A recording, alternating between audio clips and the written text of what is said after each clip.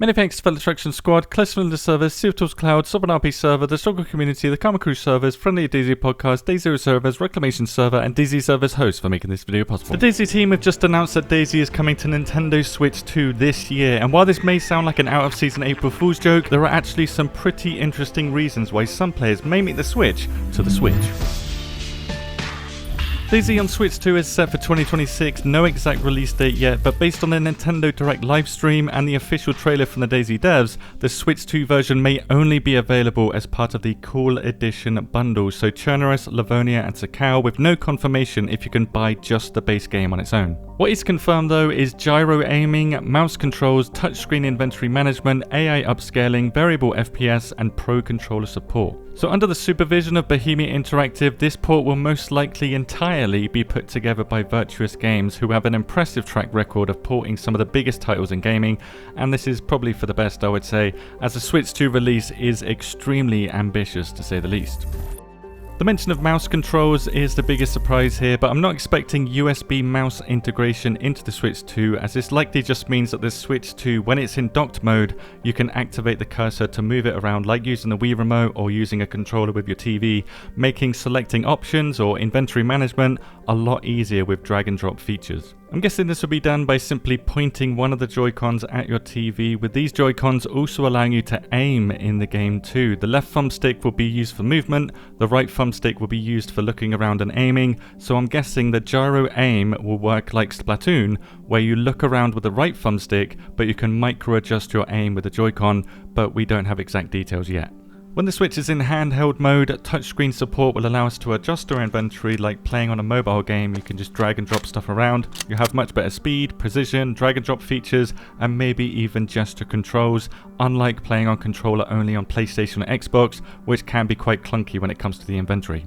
This improvement in controls could be amplified if gesture controls are included with the Switch 2 version, such as swiping your controller to do a melee attack, twisting the controller to do a reload, or driving by tilting the Joy-Con left and right, all of which are in the Switch version of Cyberpunk, but realistically these are a bit gimmicky, so Bohemia may not include these as features. Whatever they choose, this isn't some copy-paste job from PlayStation or Xbox to Switch, as the Switch 2 version will include many features found on no other device. We're getting features that we've never seen before, so this is not going to be an easy port to the Nintendo ecosystem, especially considering that this is DayZ that we're talking about here.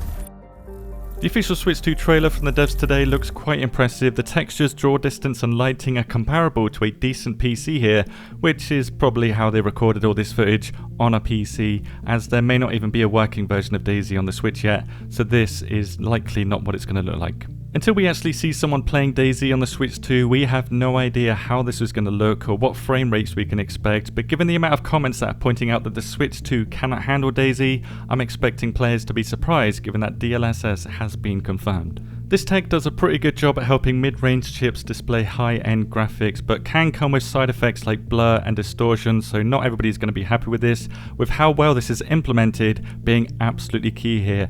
DLSS improvements vary wildly from game to game and depend strongly on the resolution you're playing at. The handheld version will make these side effects less noticeable on its lower resolution, but may come with lower frame rates compared to playing the docked version, with both of these versions getting VRR support to help gap that difference. Variable refresh rate helps games feel smoother, but given that DayZ is very CPU heavy, I'm not expecting more than 40 FPS at a maximum, probably as low as 20 FPS in denser areas like large towns. That's being realistic. Again, this strongly depends on how good this port is going to be and how well the tech works as a crutch to make DayZ feel smoother, with the best case scenario here being 30 FPS in towns and 60 elsewhere. That is an absolute best case scenario, as you have to remember the Switch 2 can run Cyberpunk ranging from 25 to 40 FPS while doing so, which I would say is quite impressive for such a small device. If DayZ does end up running like crap on the Switch 2, the draw distance of objects, the draw distance of the terrain, the shadows, everything graphical will suffer as they claw as many frames as possible out of the system,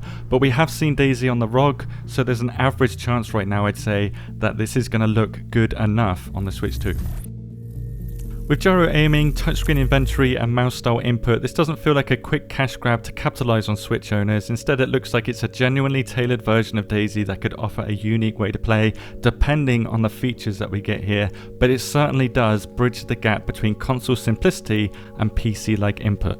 However, DayZ is a demanding game. Even with all these fancy tech abbreviations, we're still looking at a 30 FPS target on average, and we'd be lucky to get that, I would say, with performance drops in heavy areas alongside reduced draw distance and reduced visual detail compared to other platforms. Compared to other platforms, PC still dominates in performance and mod support, consoles offer a cheaper and more casual way to play, and the ROG Ally delivers more raw power on the go, but at a much higher price. So the Switch 2 version does slot neatly into the middle ground here. Play DayZ anywhere at a lower entry cost than handheld PCs on a mainstream device that many people already own. Comparing it to typical Nintendo games like Mario and Zelda, DayZ is a completely different beast. It's brutally unforgiving, difficult to learn, and will probably traumatize more Nintendo fans than it welcomes, so whether it ends up being a success is a wait and see type moment, but after 7 years without launching on a new platform, it's good to see the twisted magic of DayZ reaching a new audience.